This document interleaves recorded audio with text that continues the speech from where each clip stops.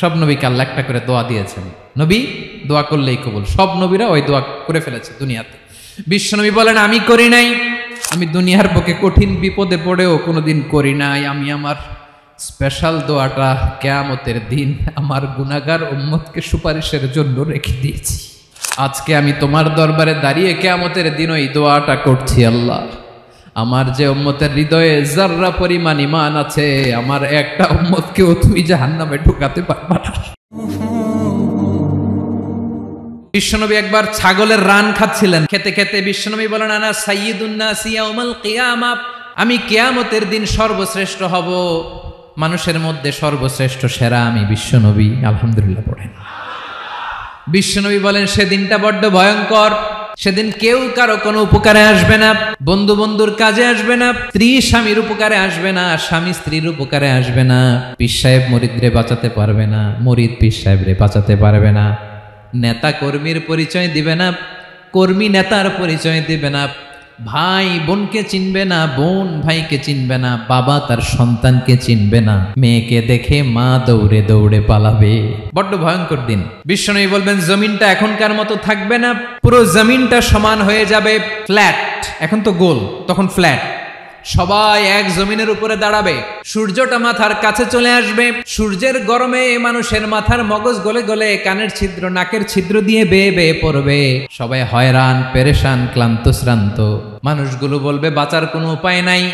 50,000 বছর মানুষ এরকম দৌড়াবে, চিৎকার করবে, কাঁদবে, বাঁচার কোনো উপায় নাই। সবাই বলবে আহ, আল্লাহ যদি বিচারটা শুরু করতো, যা হবার হবে, আগে বিচার শুরু করুক। বিচারই শুরু হয় না, বিচার শুরু হইতেই 50,000 বছর। আল্লাহ, 50,000 বছর, 5,000, 15,000 না, 50,000 বছর এরকম যাবে। মানুষগুলো কাঁদতে কাঁদতে বলবে চলো আমরা আদম আলাইহিস সালামের কাছে যাই, যেন আল্লাহরে যে সুপারিশ করে, আল্লাহ আপনি বিচার শুরু করেন। কিয়ামতের ময়দানে সবাই মিলে সাইয়েদনা আদম আলাইহিস সালামের কাছে যেয়ে বলবে ইয়া আবাল বাশার ইয়া আউয়ালাল আম্বিয়া, ও আদম নবী আপনি দুনিয়ার বুকে প্রথম নবী, আল্লাহ নিজ হাতে আপনারে 60 হাত লম্বা করে বানিয়েছেন, আপনার সম্মানে ফেরেশতাদেরকে সেজদা দিতে বলেছেন, দুনিয়ার প্রথম নবী প্রথম মানুষ আপনি, আপনি আল্লাহরে যে সুপারিশ করেন যেন আল্লাহ বিচার শুরু করে।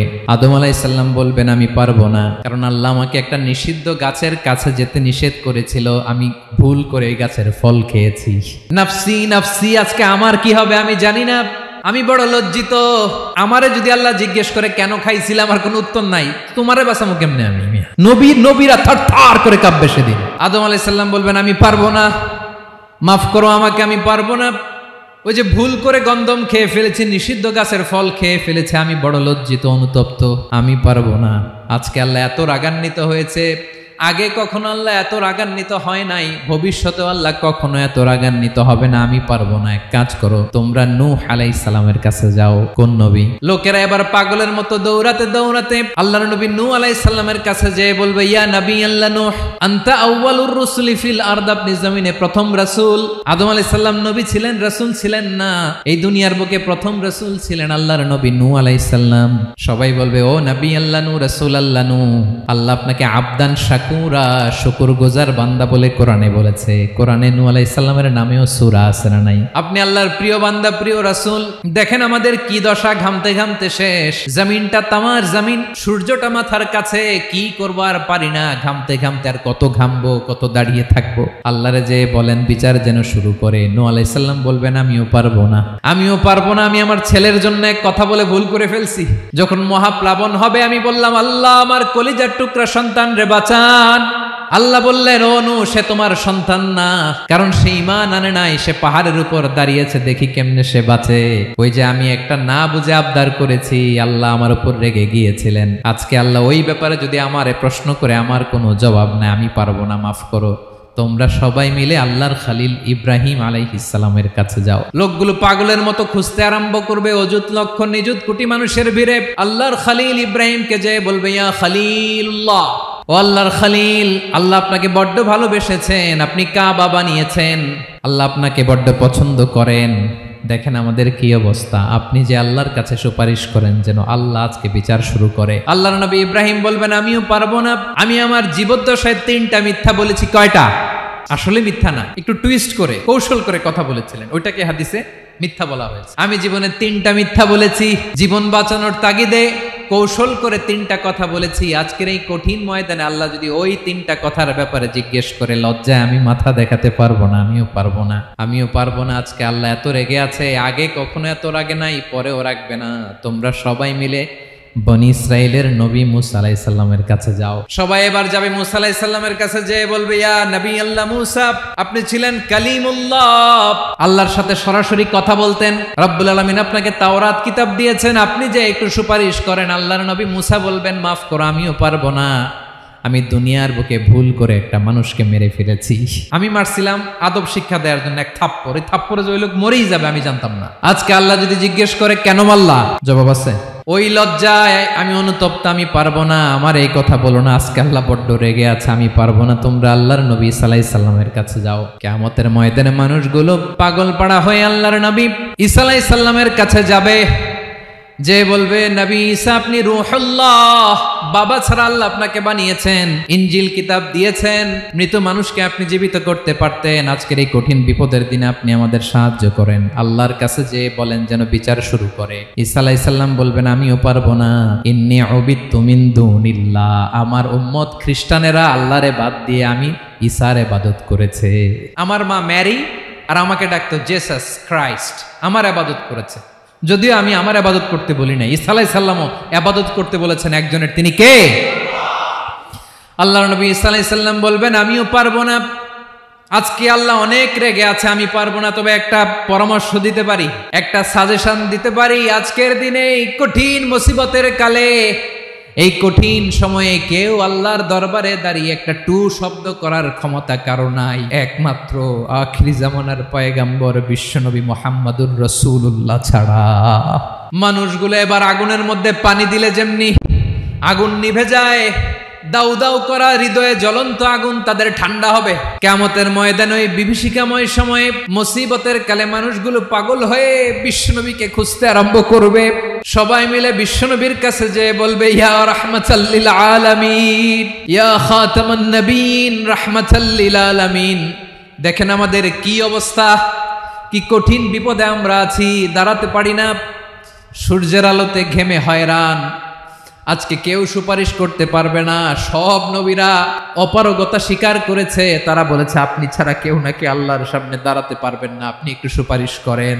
বিশ্বনবী বলবেন, আসো আসো, আজকের দিনে আমি ছাড়া আল্লাহর সামনে কেউ দাঁড়াতে পারবে না। বিশ্বনবী মাকামে মাহমুদে যে আল্লাহু আকবার বলে সিজদায় লুটিয়ে পড়বেন। আল্লাহ রাব্বুল আলামিন বিশ্বনবীকে এমন কিছু চমৎকার শব্দ শিখাবেন, ওই শব্দগুলো দিয়ে আল্লাহর প্রশংসা করে বিশ্বনবী কাঁদতে আরম্ভ করবেন। বিশ্বনবী এমন ভাবে অজর দ্বারায় সিজদায় লুটিয়ে পড়ে কাঁদবেন, রব্বুল আলামিনের রহমতের দরিয়ায় জোশ লেগে যাবে। রব্বুল আলামিন এই দৃশ্য থেকে সহ্য করতে পারবেন না। রব্বুল আলামিন বলবেন, ইয়া মুহাম্মদ ইরফা রাসাক, ও নবী আপনি মাথা তোলেন, মাথা তোলেন, আপনার কান্না আমি সহ্য করতে পারি না। নবী আপনি মাথা তোলেন, সাল তুতা, আজকে আপনি যা চাবেন তাই দেব। নবী আপনি সিজদা থেকে মাথা তুলেন, সাল তুতা। বিশ্বনবী এবার মাথা তুলবেন। যে বিভীষিকাময় সময়ে প্রত্যেক নবী বলেছেন আমি পারবো না, প্রত্যেক নবী বলেছেন নফসি নফসি, আমার কি হবে আমি জানি না, আল্লাহ আমারে বাঁচাও। প্রতিটি নবী বলবেন নফসি নফসি, আল্লাহ তুমি আমারে বাঁচাও, আমারে বাঁচাও। বিশ্বনবী মাথা তুলবেন, তুলে বলবেন রব্বি হাবলি উম্মতি, আল্লাহ তুমি আমার গুনাহগার উম্মতকে বাঁচাও। এই দুনিয়ার বুকে রব্বুল আলামিন সব নবীকে একটা করে দাওয়া মুস্তাজাবা দিয়েছেন, মানে যে দোয়া করলে কবুল হয়ে যায় সাথে সাথেই। দাও বিহা, দুনিয়ার সব নবীরা ওই দোয়াটা দুনিয়ায় করে ফেলেছে। সব নবীকে আল্লাহ একটা করে দোয়া দিয়েছেন, নবী দোয়া করলেই কবুল। সব নবীরা ওই দোয়া করে ফেলেছে দুনিয়াতে। বিশ্বনবী বলেন আমি করি নাই। ওয়া ইন্নী আখতাবিউ দাওয়াতি শাফাআতান লি উম্মতি ইয়াউমাল কিয়ামাহ, আমার ওই স্পেশাল দোয়াটা আমি দুনিয়ার বুকে কঠিন বিপদে পড়েও কোনোদিন করি নাই। আমি আমার স্পেশাল দোয়াটা কিয়ামতের দিন আমার গুনাহগার উম্মতকে সুপারিশের জন্য রেখে দিয়েছি। আল্লাহ বলবেন নবী ইরফা রাসাক, মাথা তোলেন, আর কাটবেন না। বিশ্বনবী মাথা তুলবেন। আল্লাহ বলবেন সাল তুতা, আপনি যা চাবেন তাই দেব। ওয়াশফা তুশাফা, সুপারিশ করেন, সুপারিশ কবুল করব। বিশ্বনবী বলবেন আল্লাহ ওই স্পেশাল দোয়াটা দুনিয়াতে করি নাই, আজকে আমি তোমার দরবারে দাঁড়িয়ে কিয়ামতের দিন ওই দোয়াটা করছি। আল্লাহ আমার যে উম্মতের হৃদয়ে যাররা পরিমাণ ঈমান আছে, আমার একটা উম্মতকেও তুমি জাহান্নামে ঢুকাতে পারবা না। বিশ্বনবী পাগলের মতো একবার হাউজে কাউসারে যাবেন, একবার সিরাতে যাবেন, একবার পুলসিরাতের দিকে, একবার হাউজে কাউসারের দিকে, পাগলের মতো দৌড়াতে থাকবেন, তার কোনো গুনাহগার উম্মত যাতে জাহান্নামে ঢুকে না যায়। সেদিন কেউ সুপারিশ করতে পারবে না বিশ্বনবী ছাড়া। এজন্য 5 নম্বর আল্লাহ বললেন, মান যাল্লাযী ইয়াশফাউ ইনদাহু ইল্লা বিইযনিহি। কার সাহস আছে, কার এত বড় বুকের পাটা কিয়ামতের কঠিন দিন আল্লাহর সামনে দাঁড়িয়ে সুপারিশ করবে? কারো ক্ষমতা নাই, কারো ক্ষমতা নাই। বিশ্বনবী সেদিন সিজদায় পড়ে উম্মতের জন্য কাঁদবেন, সবাই কাঁদবে, নফসি নফসি, আল্লাহ আমারে বাঁচাও, আল্লাহ আমারে বাঁচাও। বিশ্বনবী বলবেন, উম্মতি উম্মতি। বিশ্বনবী আমার জন্য কাঁদবেন, আপনার জন্য কাঁদবেন, আমাদের জন্য সেদিন কেঁদে কেঁদে জাহান্নামের দরজায় দাঁড়িয়ে আমাদেরকে টেনে টেনে জান্নাতে ঢুকাবেন। এজন্য এই বিশ্বনবীর ভালোবাসা যেন আমাদের হৃদয়ে ভরপুর থাকে। আমার ভাইয়েরা, প্রতি শুক্রবার বিশ্বনবীর উপরে বেশি বেশি যেন আমরা দুরূদ পড়ি। আমরা যখন বিশ্বনবীর সালাম দেই, দুরূদ পড়ি, একদল স্পেশাল ফেরেশতা আছে যারা বিশ্বনবীর দুরূদটা নিয়ে সরাসরি বিশ্বনবীর রওজায় যায়, যে বলে অমুকের বেটা অমুক আপনারে সালাম দিয়েছে। বিশ্বনবী নিজ কবরের থেকে নিজেই সালামের উত্তর দেয়। বিশ্বনবীর ভালোবাসা যেন আমাদের হৃদয়ে থাকে, বিশ্বনবীর সুন্নাহ দিয়ে যেন আমাদের জীবনটাকে সাজাই। পারা যাবে ইনশাআল্লাহ। বিশ্বনবীর ভালোবাসা ছাড়া কেউ জান্নাতে ঢুকতে পারবে? বিশ্বনবীর পক্ষে আমরা বলবো, বিশ্বনবীর পক্ষে আমরা লিখব, বিশ্বনবীর জন্য আমরা আমাদের কলিজার রক্ত বিলিয়ে দিব, ঠিক কিনা বলেন? সেদিন বিশ্বনবী ছাড়া কেউ সুপারিশ করতে পারবে না। 5 নম্বর আল্লাহ বললেন, মান যাল্লাযী ইয়াশফাউ ইনদাহু ইল্লা বিইযনি। কে আছে সুপারিশ করবে আল্লাহর সামনে? আর আপনি আপনার বাবার দরবারে যে সেজদা দেন, হ্যাঁ, ইব্রাহিম আলাইহিস সালাম থারথার করে কাঁপবে আর বলবে, নফসি নফসি, আল্লাহ আমারে বাঁচাও। মুসা আলাইহিস সালাম থারথার করে কাঁপবে, আল্লাহ নফসি নফসি, আমারে বাঁচাও। আর আপনি পীরের দরবারে যে সেজদা দেন, কোথায় আছেন আপনি? খবরদার, কেউ বাঁচাতে পারবে না। যাকে ইল্লা আল্লাহ যাকে অনুমতি দেন, বিশ্বনবীকে দিবেন, নবীদেরকে দিবেন, এরপরে আল্লাহ তার স্পেশাল ওয়ালিদেরকে, মুত্তাকিনদেরকে, শহীদদেরকে, সিলেক্টেড বান্দাদেরকে দিবেন। কিন্তু কাকে দিবেন, কার জন্য দিবেন, দুনিয়ার কেউ জানে না। একজন ছাড়া, তিনি কে? আল্লাহর ওয়ালিদেরকে, নেককার লোকদেরকে আল্লাহ সুপারিশের অনুমতি দিবেন। কিন্তু আপনি যারে মানেন, যার পায়ে সেজদায় লুটিয়ে পড়ে থাকেন, তারে যে আল্লাহ দিবেন, এটার কোনো গ্যারান্টি আছে? কথা বলেন। এজন্য জপতে হবে একজনের নাম, আওয়াজ করে বলুন, তিনি কে? Be a part of our vision. Do listen and share the khair.